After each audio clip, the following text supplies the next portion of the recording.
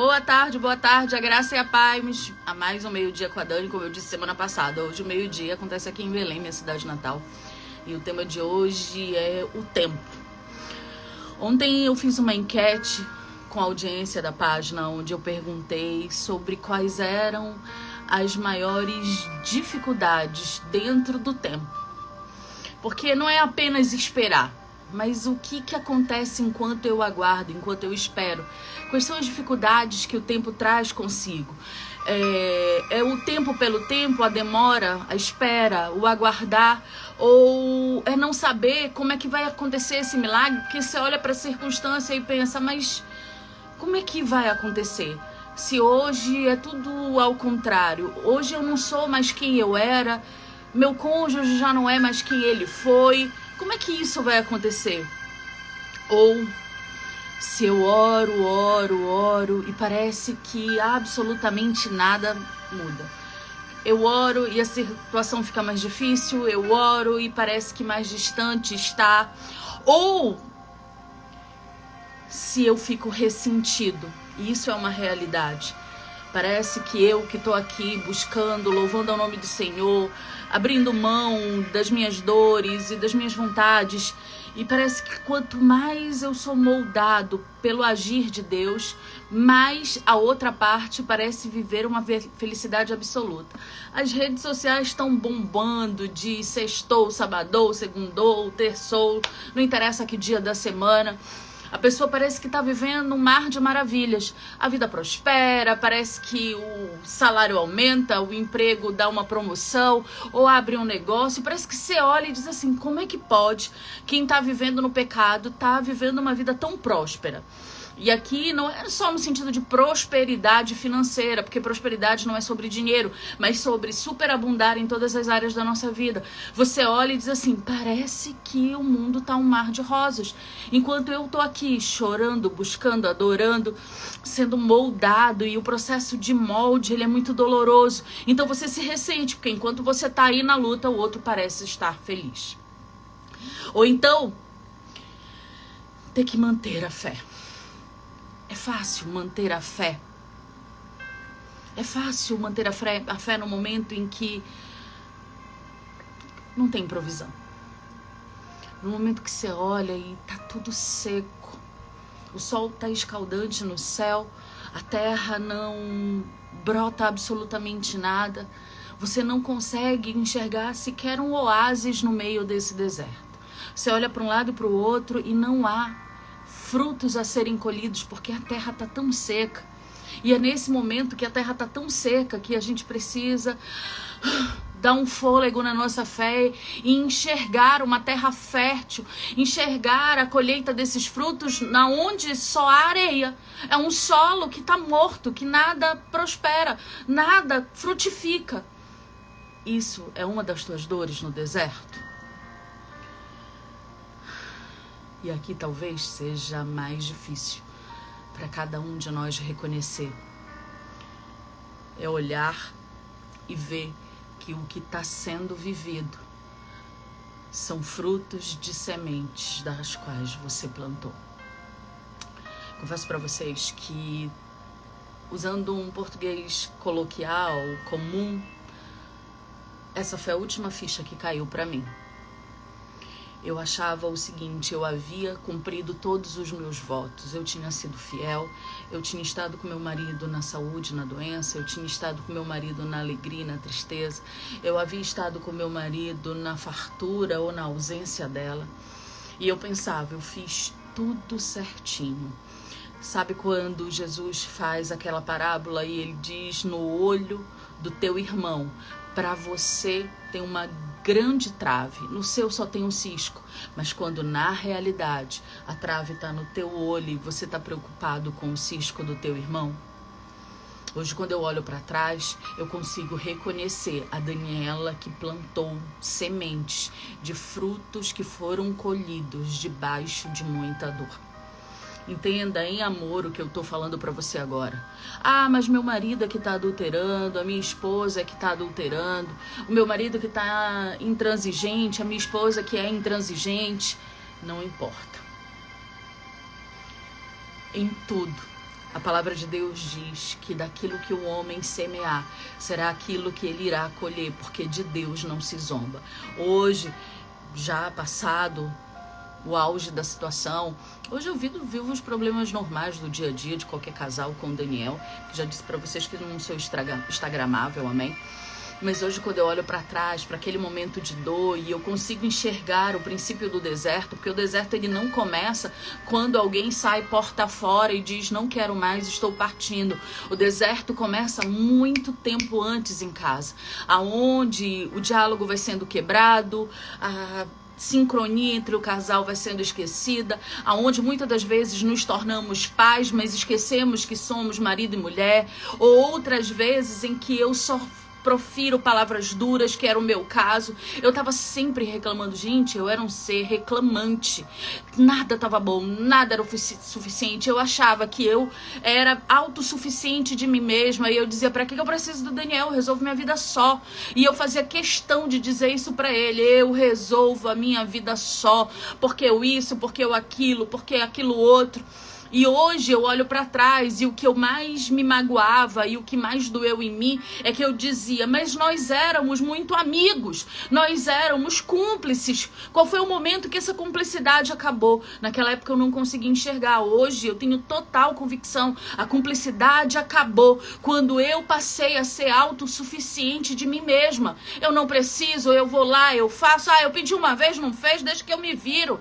Não sei para que eu preciso de marido. Eu tava sempre, diminuindo aquilo que o Daniel conquistava, porque afinal de contas eu conquistava coisas muito maiores. Eu tô falando de mim, meu irmão, minha irmã. E talvez agora, ouvindo o que eu relato sobre quem eu era e não sou mais, talvez o Espírito Santo toque em você, em algo que você faz principalmente até sem perceber. Satanás já colocou na tua mente tanto que aquilo é normal, que não há problema, que você acredita que gente, discussão de casal, realmente casais discutem. Eu acabei de dizer pra vocês, eu tenho problemas de normal, de todo dia com o Daniel, mas hoje não há mais esse afrontamento. Eu não sou aquela que tem a razão final, porque a última palavra é minha, porque eu é quem dito, porque ninguém segura no meu pulso, porque eu faço, eu aconteço. E aí sim, essa ficha precisou cair em mim, de que tudo que eu vivi, uma grande parte foi frutos de sementes que eu colhi. Você sabe qual era a minha oração para Deus? Eu olhava a destruição ao meu redor, eu via a minha vida desmoronando, eu via perdendo tudo, eu perdi meu marido, eu perdi meu melhor amigo, eu perdi a nossa casa, eu perdi o meu trabalho, eu perdi tudo, gente. Eu fiquei como Jó. O Senhor só não tocou na vida dos nossos filhos, e honra e glória do Senhor por isso, porque talvez eu nem estivesse aqui. Mas quando eu perdi absolutamente tudo, eu dizia assim, mas eu não sou alguém ruim. Que diachos eu fiz nos céus para merecer estar vivendo todas essas dores e parece que tudo junto de uma única vez? Mas eu esqueci o quão orgulhosa e soberba eu havia sido. Eu esqueci o quanto que eu havia declarado que a minha casa era um inferno. Eu chegava do trabalho e os problemas estavam me esperando atrás da porta da nossa casa. Eu dizia, essa casa é infernal! Então sim, hoje que o Espírito Santo possa tocar no teu coração e traga a você a memória de todas as vezes em que você plantou sementes daquilo que você está colhendo agora. Mas como em qualquer plantio, há um tempo para ele ser cessado. E o que você precisa fazer agora, a partir de agora, a partir de já, ou se você já começou, intensifica, continua, planta mais. São novas sementes. Então sim, a gente precisa reconhecer no tempo da espera que plantamos boa parte dos sofrimentos que estamos colhendo. O sucesso e o fracasso de um casamento, ele não está ligado apenas a uma pessoa. O sucesso e o fracasso de um casamento, ele está ligado à junção de erros e acertos das duas pessoas. Das duas pessoas. Então, quando você reconhece, dizendo, Senhor, me perdoa, porque eu fui responsável pelo aquilo que eu estou vivendo. O Senhor quebra nos céus as legalidades de Satanás.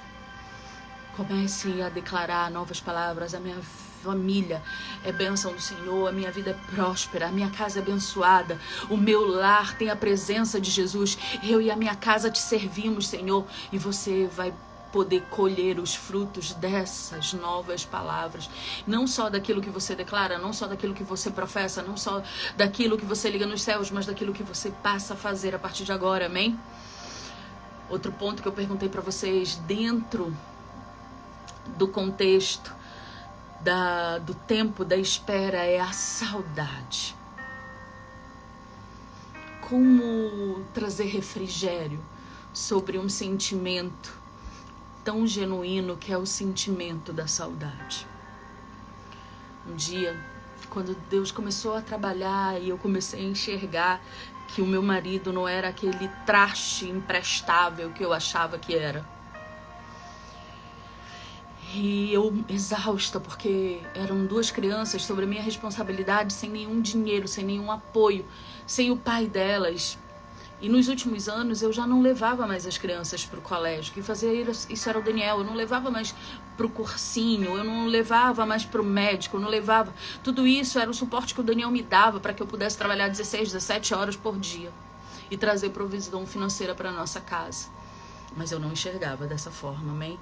Mas quando me foi tirado tudo isso... Gente, a minha mãe, ela ama me ligar meio-dia. Então, amém?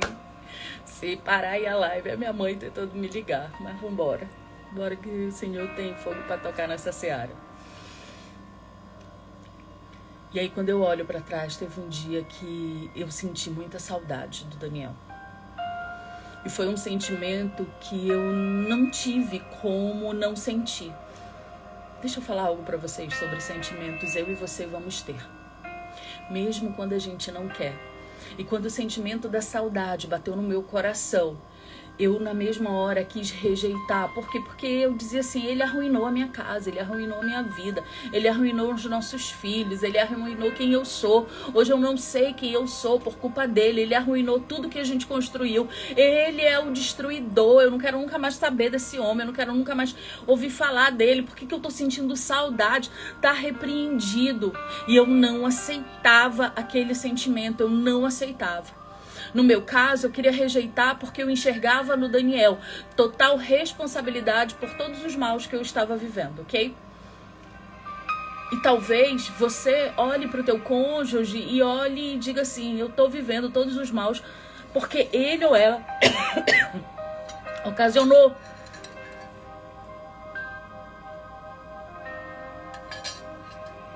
Mas o que eu faço com essa saudade? O que eu faço com esse sentimento que eu não tenho como controlar? Gente, perdão. Eu tive um choque de temperatura muito grande de Fortaleza para Belém e a garganta tá meio pifada, mas a gente continua seguindo. A saudade é um sentimento e, como todo sentimento, não há um controle. Mas eu posso entregar esse sentimento. Porque todo sentimento é entregável a Deus. No dia que eu senti saudade do meu marido, e eu não queria sentir aquilo, eu lembro que eu fui pro meu quarto e eu me sentei na beirada da minha cama, no lugar que eu ficava sempre nas minhas orações, e eu disse, eu não quero sentir. E ali o Espírito Santo ministrou na minha vida dizendo, você não está sentindo para que isso seja um ferir, você está sentindo saudade, porque isso é um tratar meu contigo. Todas as vezes que você sentir saudade, e você não pode nem ligar para dizer eu tô com saudade, ou não pode demonstrar esse sentimento, vá para o seu lugar de oração, ou se você nem estiver em casa, vá para um lugar tranquilo e diga, Senhor, eu sei que não é para me ferir, é um tratamento teu comigo. Ali eu hoje olho para trás e percebo o tratar de Deus em relação a isso. Isso não vale apenas para a saudade, amém? Isso vale para qualquer sentimento que nos acesse. Sentimento de raiva, o sentimento de saudade, o sentimento de revolta, o sentimento de amor, o sentimento de ódio. Qualquer sentimento que te acessar, vai para o lugar do teu secreto e diz, Senhor, isso eu sei que é um tratar teu comigo. Se for um sentimento ruim, diz, Senhor, eu rejeito esse sentimento. Se for um sentimento bom, Senhor, me transforma através desse sentimento. Deus nos criou com sentimentos, Deus nos criou com uma alma. Então não rejeite aquilo que o Senhor nos entregou. Eu e você somos pautados de 3 coisas. Nós temos um corpo, nós temos uma alma e nós temos um espírito. E o que milita contra o tempo de Deus é a alma que põe a inquietude no corpo. Mas o Espírito está dizendo, ei, me busca que eu silencio isso aqui. Hoje é dia de entregar, amém? 10º ponto que vocês que mais responderam foi: não desistir enquanto eu espero. Não desistir enquanto eu espero e eu me manter buscando com convicção.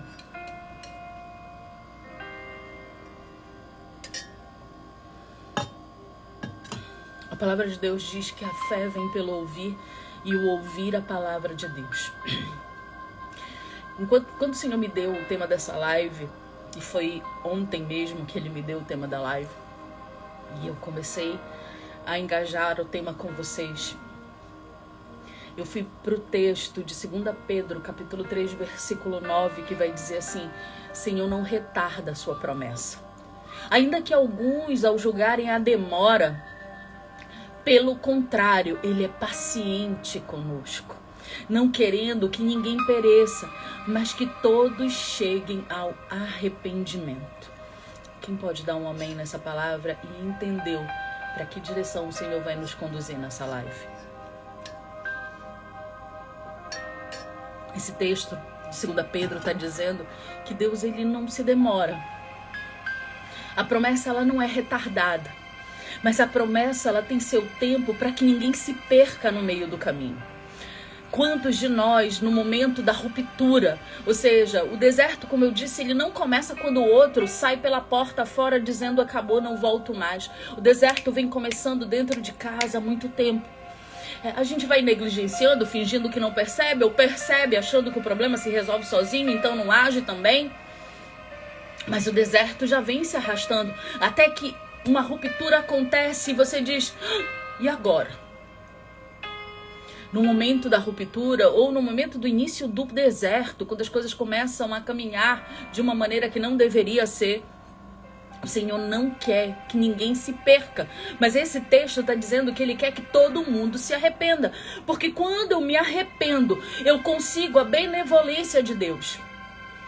Deus não quer que só você seja restaurado. Deus quer que a tua família seja restaurada. Deus não quer só resgatar o teu lar. Deus quer resgatar toda a tua geração. Deus tem um propósito muito maior que vai além de você e o teu cônjuge, mas tem a ver com a herança que Ele entrega a vocês. Deus, algumas vezes, parece para nós adiar a resposta, mas na realidade Ele está trabalhando em um de nós. Por que o céu espera que um se levante? Primeiro, somos um só, uma só carne. Quantas vezes por dia, eu não sei mais nem contabilizar, gente, eu ouço assim, mas se ela não quer, não tem solução. Mas se ele não quer, ninguém obriga ninguém. Deixa eu falar algo. Isso é uma mentira, uma falácia de Satanás. Ou seja, um grande engano para ludibriar essa geração, para dizer para essa geração, desistam, acabou, tá vendo que o outro não quer, tá vendo que o outro tá vivendo o passaporte do mundo e eu tô fazendo palco na vida de vocês? Desista. Deus está esperando que um se levante, porque através de você o outro é resgatado. Foi assim que aconteceu no meu lar. Quando eu olho para trás, gente, eu dizia cada impropério pro Daniel, cada absurdo pro Daniel, de coisas do tipo, prefiro morrer do que voltar contigo. Se Deus descer a terra e falar comigo, eu vou pensar se eu volto contigo. Eu falava coisas absurdas. E pro final, como Satanás não é criativo, gente. Ontem, enquanto eu aguardava o voo vindo para Belém, e eu tinha uma janela de tempo de espera, eu abri um livro que eu comprei recentemente, tinha lido só o prefácio, eu disse, vou aproveitar o tempo que eu tenho no aeroporto e vou ler esse livro. E aí eu me deparo com um texto de Balaão, E eu até escrevi no meu livro e dividi com vocês, Satanás não é criativo, porque ainda naquele tempo ele sabia que quando a prostituição entrasse na vida daquele povo seria renegado por Deus. O que eu e você somos atacados nos dias de hoje é que a prostituição entre nas nossas casas através da pornografia, do adultério, da mentira, do engano, da idolatria. E a partir dessa prostituição, porque a gente não prostitui só o corpo, a gente prostitui o pensamento, a gente prostitui os sentimentos. Deus se afaste de nós. Então Deus está esperando que um seja resgatado desse lugar e a partir desse uma geração seja tratada. As pessoas que estão no mundo, gente, elas não estão dando a mínima importância para a advertência de Deus, dizendo eu não estou me retardando, eu estou trazendo o outro de volta. No início do nosso deserto, o nosso desejo carnal e a nossa alma grita que o outro retorne do jeito que tiver, do jeito que for. Mas aí o tempo vai passando e a prova vai se tornando mais árdua. E você vai descobrindo naquela pessoa uma faceta que você diz assim, não é a pessoa que eu casei, eu não conheço. E essa pessoa eu não quero nem estar perto. Entenda, se ainda não voltou, se ainda não restabeleceu, é porque você ainda não está pronto e a outra parte está sendo resgatada. Dani, mas agora eu tenho um relacionamento com Jesus, glória a Deus, aleluia. Mas será se você, com a prova dentro de casa, você estaria pronto? Deixa eu falar algo para vocês. Esses dias eu fui ministrada no Senhor sobre tempo e é uma coisa que eu tenho batalhado. Tempo. Deus tem um propósito refinado, diferente com quem passa pela prova do tempo. Entenda o que eu vou falar agora. Eu vou fazer uma analogia para que você possa ter uma compreensão melhor. Quem espera por 2 horas tem a mesma percepção do que alguém que esperou por 2 dias? Alguém que esperou por 2 dias tem a mesma percepção do que alguém que esperou por 2 meses? Ou alguém que esperou por 2 meses tem a mesma percepção do que alguém que esperou por 2 dias? Alguém que está há 2 meses tem a percepção de alguém que está há 2 anos? Ou alguém que está há 2 anos tem a percepção de quem está há 20? A resposta é não. Só sabe a dor dessa espera quem passou pelos 2 dias, pelos 2 meses, pelos 2 anos. Deus tem um refinado diferente por quem passa na espera. E isso é tão verdadeiro que quando você lê a palavra de Gênesis e Apocalipse, você vai vendo que as pessoas que tiveram a maior manifestação do poder e do agir dele foram aquelas que esperaram por maior tempo. Há um refinado diferente. Há um trabalhar diferente, há um propósito diferenciado por quem passou pela prova mais dura. E a prova mais dura para o ser humano é a espera. É como se Deus, a palavra de Deus diz que ele nos refina como o ouro é refinado sobre o calor. O tempo da espera é como se nós fôssemos metal precioso sendo refinado pela primeira vez, refinado pela segunda vez, refinado pela terceira vez, refinado pela quarta vez. E em cada processo de refinar é tirar do algo nosso e colocar do algo dele. Quando você se sentir cansado pela espera, e eu conheço esse cansaço, olhe para os céus e diga, eu sei que tem um trabalhar refinado. E é por isso que eu ainda estou aguardando, Senhor. Porque em Ti mora a minha confiança e a minha esperança. Ninguém está falando que esperar é fácil. Eu pensei.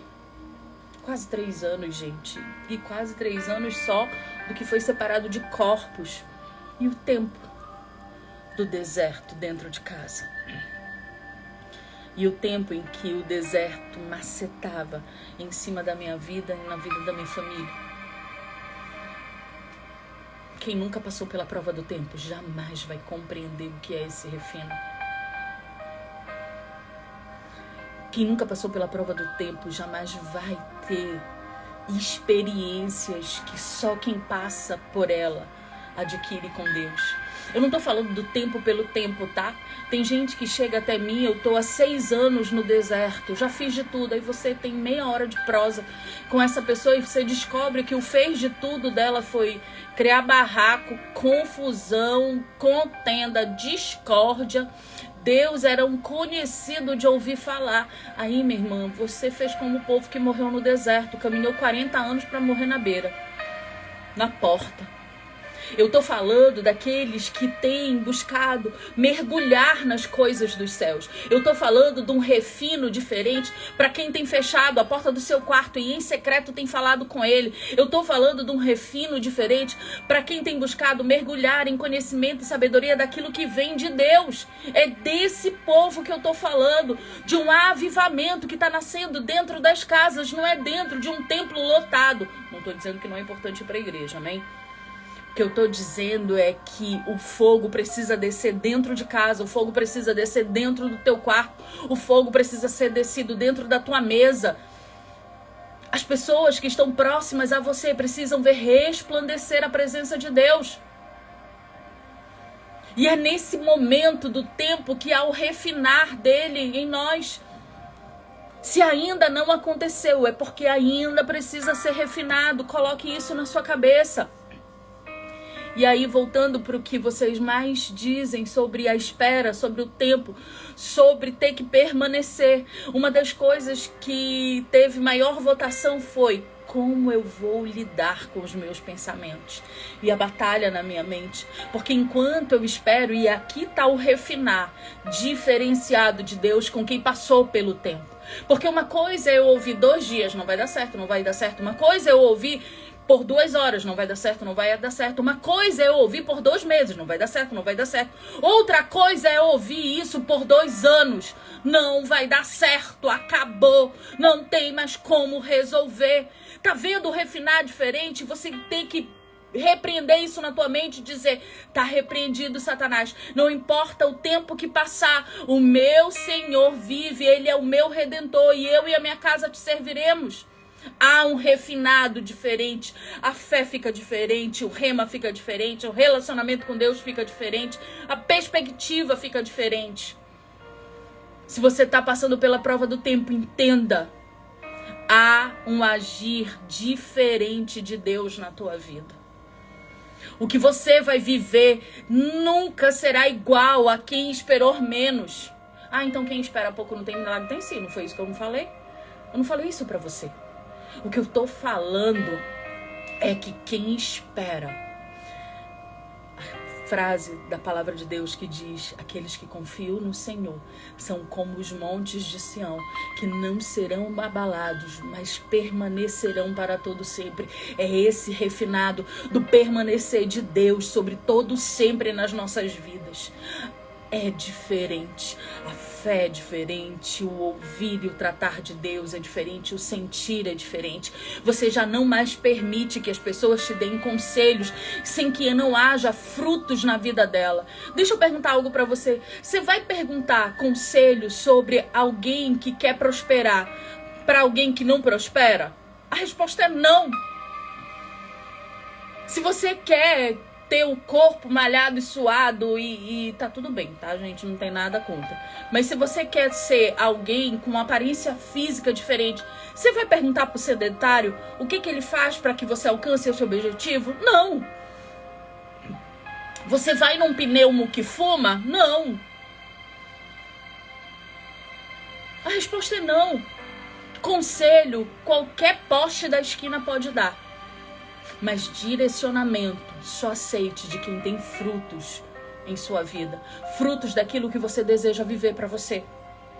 Se hoje você está passando pela prova do tempo, vá se abastecer de frutos de quem já passou por ela. Se hoje você está passando pela prova da traição, vá se abastecer de quem já passou sobre ela e hoje vive o extraordinário. Esse é o lugar da busca.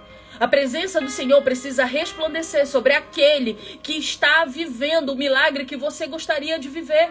A vida do irmãozinho vai ser perfeita? Não, porque a minha não é nem a tua.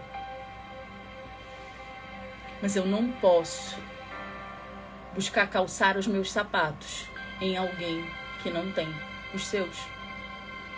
Você consegue entender o que eu estou dizendo? Eu preciso... Dentro do meio corporativo, gente, eu fui treinadora de pessoas no corporativo por quase 2 décadas. Existe uma coisa chamada modelagem. Você vai ver esses coaches que falam sobre carreira e tudo mais falarem muito sobre isso. Que é a modelagem de uma maneira bem didática e simples. É eu olhar e buscar aquele alvo, me baseando pela trajetória daquela pessoa. O nosso alvo é Cristo. Eu preciso olhar para os céus e dizer, eu quero ser o mais parecido possível com Cristo. No meio do caminho, você vai encontrar pessoas que vão dizer para você, não, que mané Cristo, vai, olha, eu tenho o fulaninho de tal para dizer para você que ele é o cara. Ou não, a filosofia tal é que é absoluta. Não, não, não. A palavra de Deus diz que ele é o alvo. Então a minha modelagem tem que ser para ele.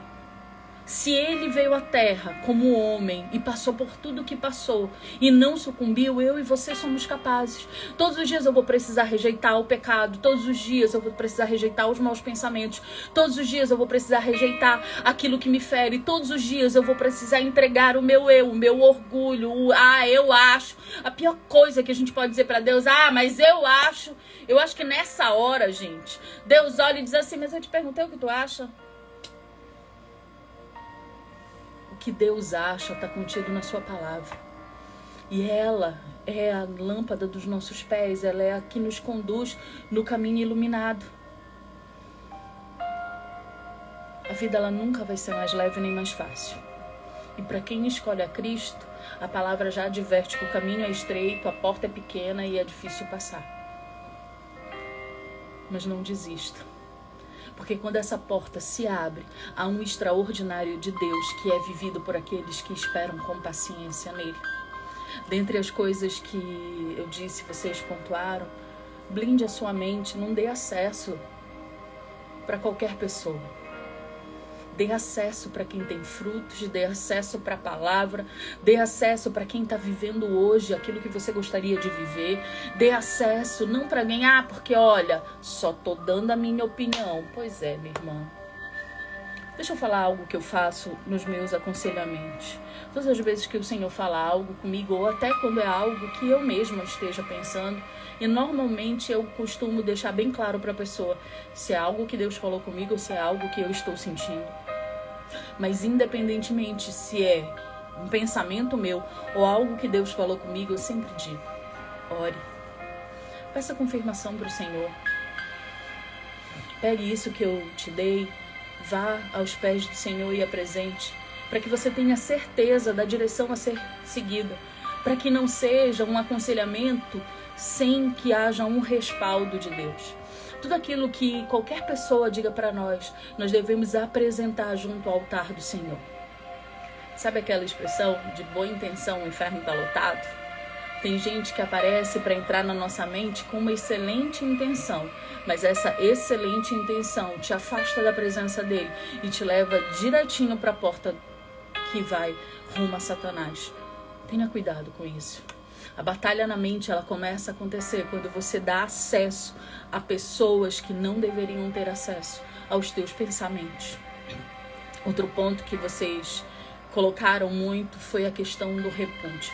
É fácil a gente viver com alguém que todo tempo diz que não somos nada, não somos ninguém, não nos ama, que a pior coisa na vida foi ter nos conhecido, que nos odeia. Eu só estou repetindo palavras que eu disse pro meu marido. Ou pior, a pessoa nem te xinga. Não xinga, não briga, mas finge que você é invisível.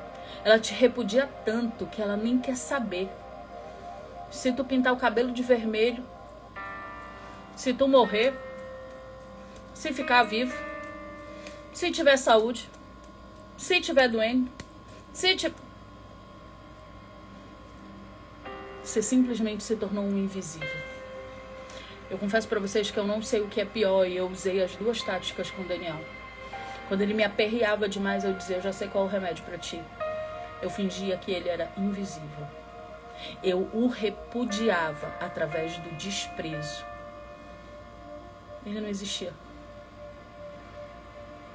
ou se eu tivesse atacada, as minhas palavras eram mais árduas do que um chicote sobre as costas. Não é fácil passar por tudo isso. Não é fácil ser repudiado. E eu quero dizer para vocês que é um sentimento tão ruim dentro de nós, tão ruim, que depois que a gente faz tudo isso, é uma sensação de derrota, de fracasso, de podridão. Eu não sei nem como mensurar em palavras e tentar contextualizar. Não são só os que ouvem pelo repúdio, mas os que repudiam, que são afetados por todo esse lixo que é dito e feito. Não estou dizendo que o teu marido é coitadinho ou a tua esposa é coitadinha. Eu só estou testificando aquilo que aconteceu conosco, amém?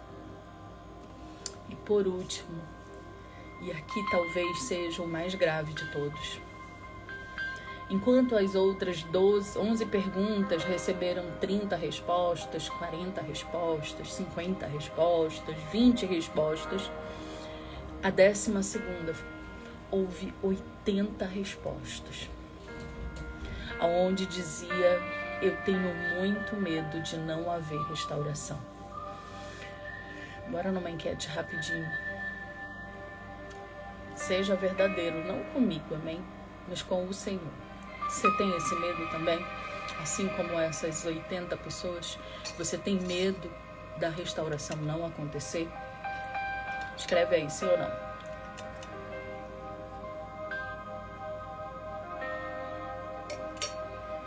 Escreve se você tem medo da restauração não acontecer. Deixa eu compartilhar algo com vocês.